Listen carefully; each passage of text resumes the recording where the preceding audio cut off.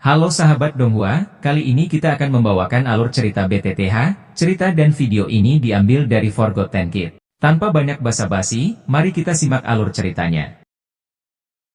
Di episode sebelumnya, Xiaoyan sedikit terkejut. Tidak disangka gurunya pernah berpartisipasi dalam pengumpulan pil. Kemudian Xiaoyan bertanya, apa hubungannya dari membiarkan orang menaklukkan api surgawi dengan pengumpulan pil?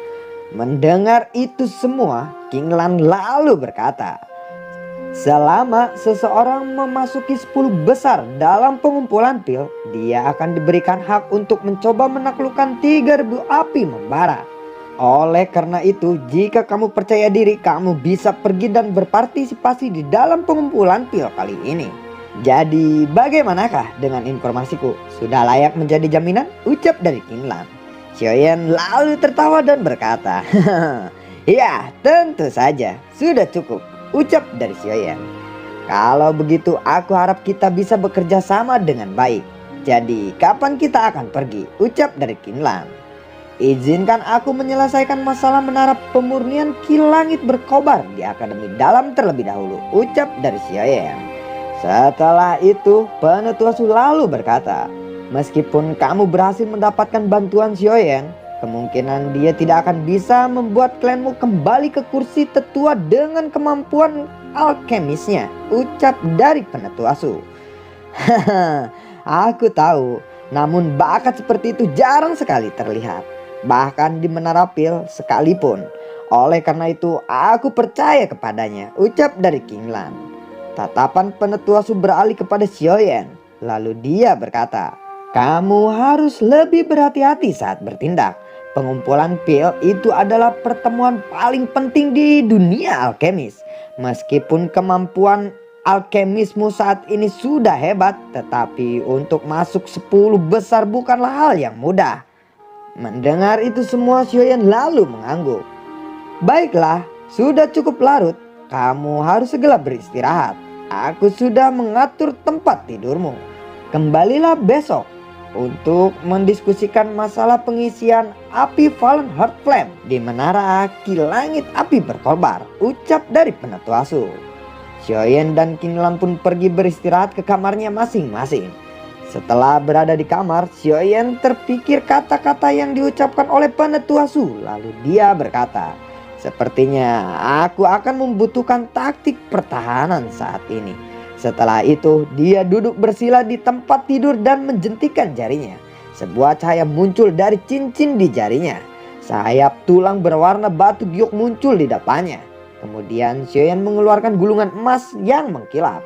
Gulungan itu berisi tentang penyempurnaan sayap terbang 9 burung langit. Xiaoyan pun mempelajari gulungan itu. Namun ada hal yang membuat Xiaoyan kesulitan, yaitu syarat untuk menyempurnakan 9 sayap terbang burung langit. Ia diharuskan untuk menghilangkan aura binatang ajaib yang tersisa di dalam sayap itu. Jika aku tidak bisa menghilangkan aura sisa dari binatang ajaib dari sayap ini, bagaimana aku bisa bertarung melawan Hall of Soul? Ucap dari Xiaoyan. Xiaoyan pun membuat segel di tangannya dan kemudian menutup matanya. Kekuatan spiritual yang kuat perlahan keluar dari tubuhnya. Dan akhirnya kekuatan spiritual itu berkumpul dan mengelilingi sayap tulang tersebut. Buam! Suara ledakan terdengar di dalam pikiran Xiaoyan saat kekuatan spiritualnya melakukan kontak dengan sayap tulang batu giok. Dunia di depannya tiba-tiba berubah. Xiaoyan berada di dunia yang gelap dan hampa dari kehidupan apapun. Apakah ini di dalam sayap tulang di mana sisa auranya? Ucap dari Xiaoyan. Sementara itu, Xiaoyan melihat sekeliling, kegelapan di sekitarnya sedikit berubah. Udara abu-abu perlahan menyebar. Saat aliran udara berwarna abu-abu berkumpul, sepasang mata merah tiba-tiba terbentuk. Xiaoyan samar-samar mencium bau udara. Apa itu? Ucap dari Xiaoyan. Tiba-tiba terdengar raungan binatang menggema. Aliran udara berwarna abu-abu melonjak dari arah Xiaoyan. Segera Xiaoyan membentuk pertahanan spiritual di sekelilingnya. Aliran udara berwarna abu-abu itu berubah menjadi tubuh binatang ajaib yang besar. Kemudian binatang itu dengan cepat berlari menabrak penghalang spiritual Xiaoyan. bang, bang, bu, bu. Ucap dari Xiaoyan. Penghalang spiritual Xiaoyan pun hancur.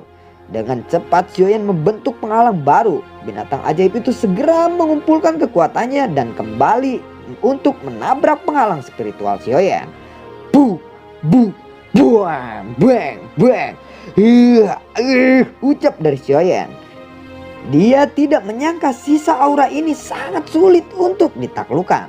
Xiaoyan lalu menatap tajam pada sosok binatang ajaib yang akan segera menyerangnya kembali. Dengan cepat Xiaoyan membentuk segel di tangannya. Cih, api tiba-tiba melonjak keluar dari dalam tubuh spiritualnya menyerang binatang ajaib itu.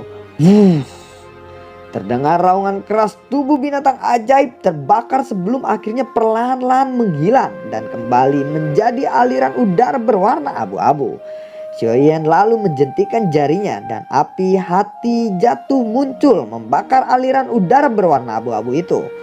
Aura sisa yang tersembunyi di dalam sayap tulang giok sepenuhnya berubah menjadi cairan spiritual yang menghampiri Xiaoyan. Tubuh spiritualnya saat ini menjadi lebih nyata dari sebelumnya. Bagian paling merepotkan dari pembuatan sayap terbang 9 burung langit telah berhasil ia lewati. Xiaoyan hanya perlu mengikuti langkah-langkah selanjutnya saja. Xiaoyan lalu menutupkan matanya. Mata Xiaoyan ditutup rapat kemudian perlahan terbuka di dalam sebuah ruangan. Setelah penyempurnaan sebelumnya, sayap tulang tampak lebih jernih. Terlebih lagi aura ganas yang terkandung menjadi jauh lebih redup. Xiaoyan menjentikan jarinya dan api hijau giok pun muncul di depannya. Setelah mengendalikan suhu api hijau giok, Xiaoyan melemparkan sayap tulang ke dalam api hijau giok tersebut. Shung, terdengar suara ketika sayap tulang dimasukkan ke dalam api. Terlihat sisa energi berwarna abu-abu yang sulit dideskripsikan, menguap hingga akhirnya menghilang. Pemandangan suhu tinggi ini berlangsung selama sekitar 1 jam. Tampaknya aura di dalam sayap tulang telah sepenuhnya dikeluarkan.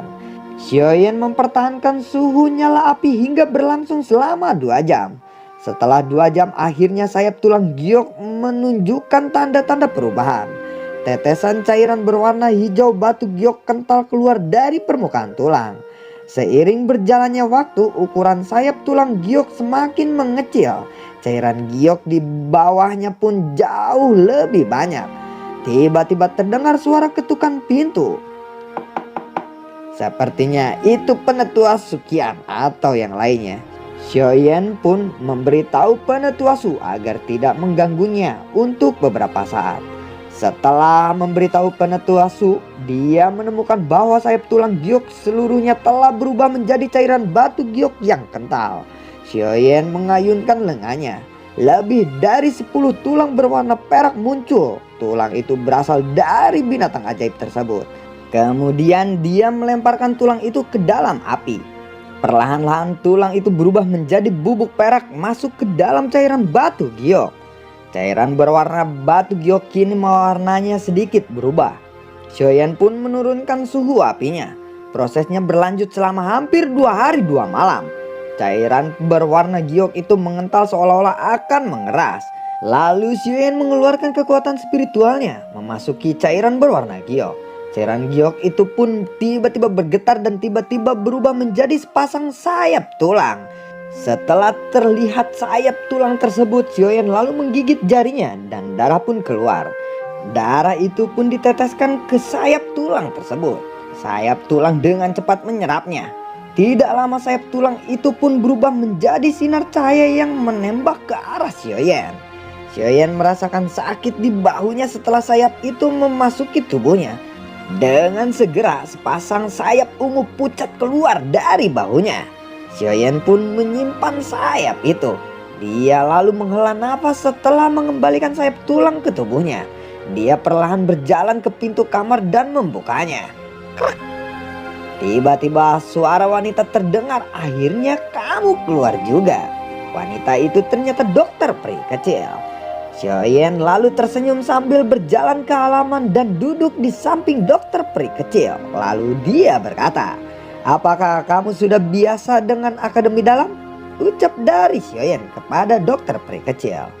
Iya, aku tidak pernah merasakan suasana seperti ini. Ini benar-benar sangat menyenangkan, ucap dari dokter peri kecil.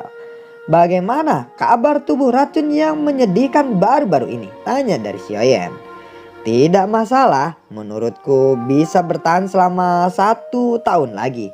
Saat waktunya tiba, jika aku tidak dapat mengendalikan sepenuhnya, tubuh racun yang menyedihkan ini mungkin akan benar-benar meletus, ucap dari dokter peri kecil.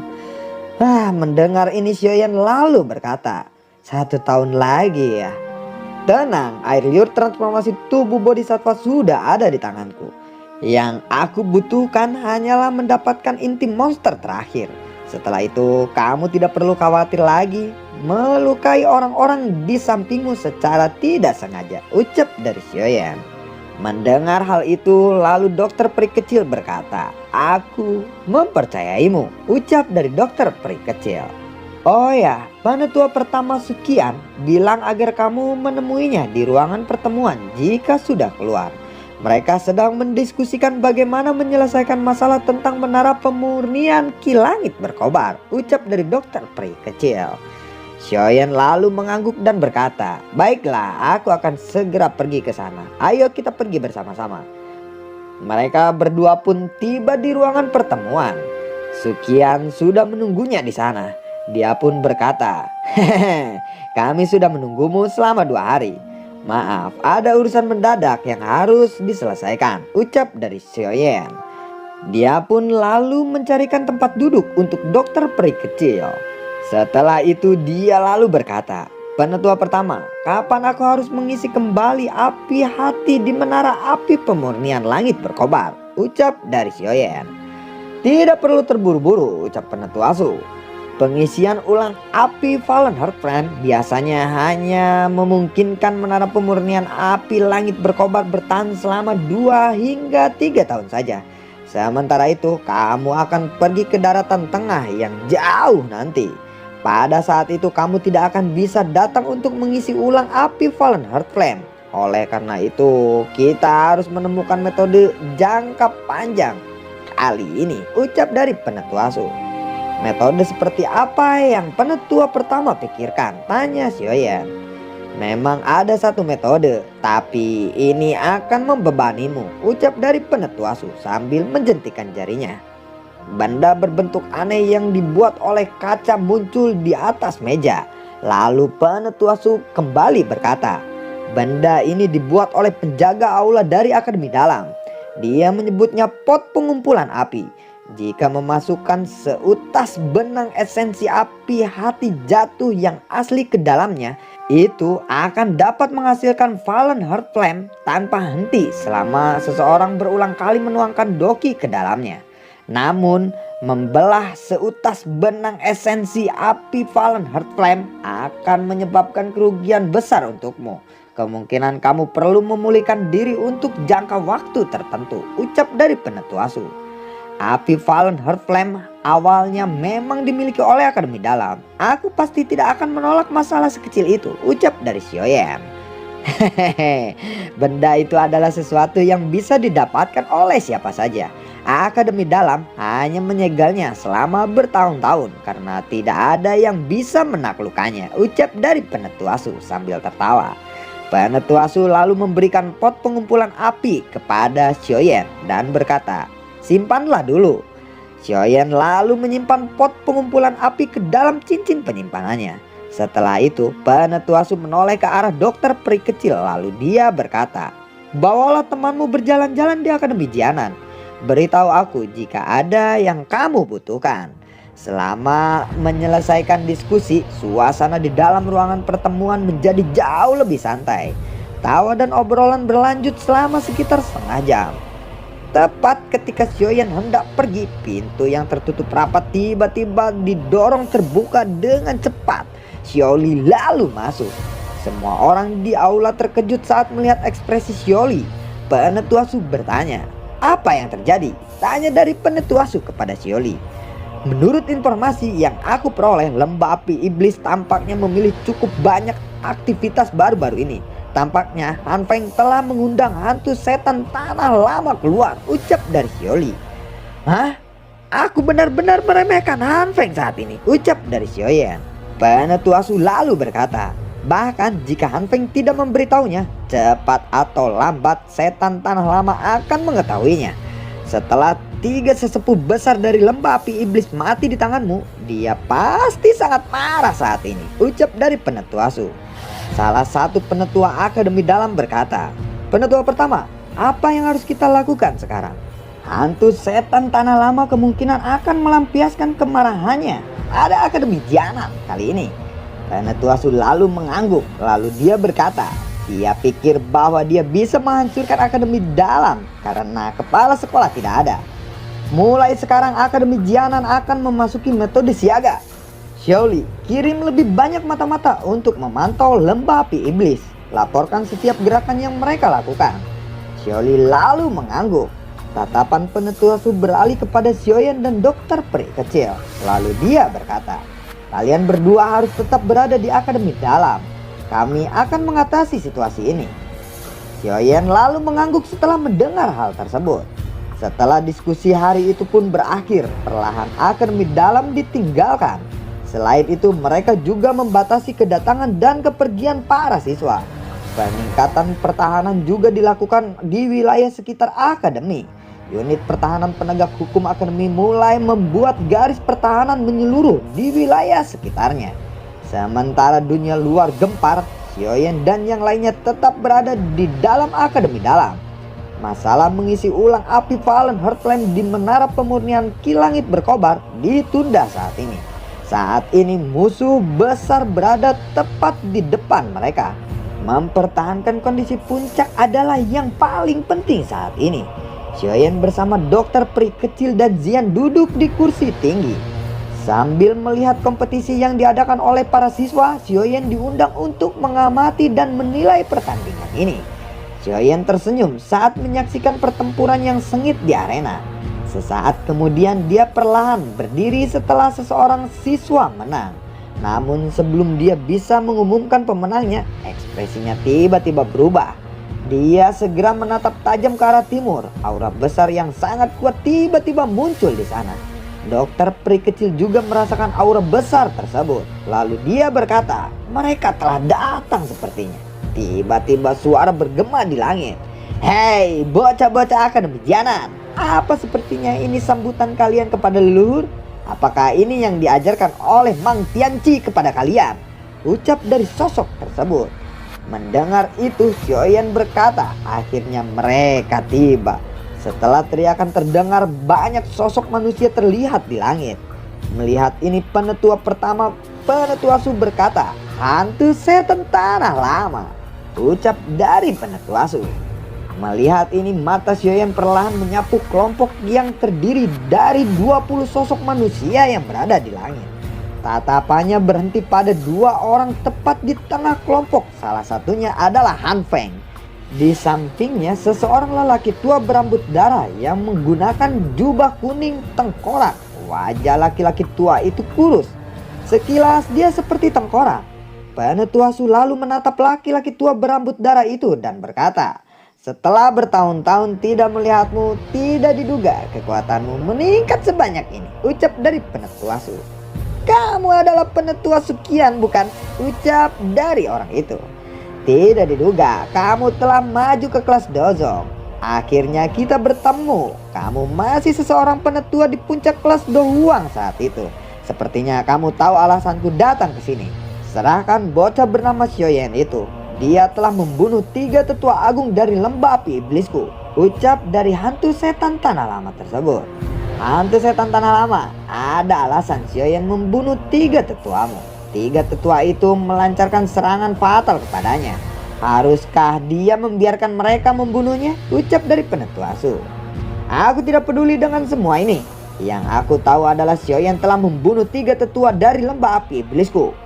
Aku tidak ingin membuang waktu. Cepat panggil Mang Tianqi untuk berdiskusi denganku. Ucap dari hantu setan tanah lama tersebut. Hantu setan tanah lama, apakah kamu tidak takut orang lain menertawakanmu? Apakah kamu masih berani memimpin kekuatan besar seperti itu jika kepala sekolah ada di akademi dalam? Ucap dari Penetu Asu. Penetu Asu, kamu seharusnya tidak berpikir kalau aku takut pada Mang Tianci. Selain itu, bahkan jika aku takut kepadanya, kamu tidak berhak mengatakan kata-kata seperti itu di depanku. Aku akan menghancurkan tempat ini jika kamu tidak menyerahkan Xiaoyan, ucap dari hantu setan tanah lama. Tawa tiba-tiba terdengar dari bawah. Aku terkejut. Seorang ahli ternyata mengingat namaku. Ya, tawa itu berasal dari Xiaoyan. Sayap api hijau giok terbentang di belakang Xiaoyan. Dia segera mengepakkan sayapnya dan bergegas ke langit, berhenti di samping Penetu Asu. Dokter peri kecil dan Jian lalu mengikutinya. Kamu Xiaoyan, ucap dari hantu setan tanah lama itu. Sebelum Xiaoyan menjawab, tiba-tiba Han Feng memotong dan berkata, "Hei, tetua, hantu setan lama, dia adalah Xiaoyan. 3 tetua mati di tangannya. Air liur transformasi tubuh bodhisattva juga telah berada di tangannya." Hantu setan lama mengangguk dan berkata, "Apakah kamu akan ikut denganku atau haruskah aku memotong anggota badanmu dan membawanya pergi?" Ucap dari hantu setan lama. Hantu setan lama, jangan arogan seperti itu. Ini adalah akademi dalam, bukan lembah api iblis. Aku akan bertindak jika kamu berani menyerang akademi dalam, ucap dari Penetu Asu. Kamu memang layak menjadi penetua pertama dari akademi dalam. Tapi apakah kamu pikir kamu adalah Mang Tianci?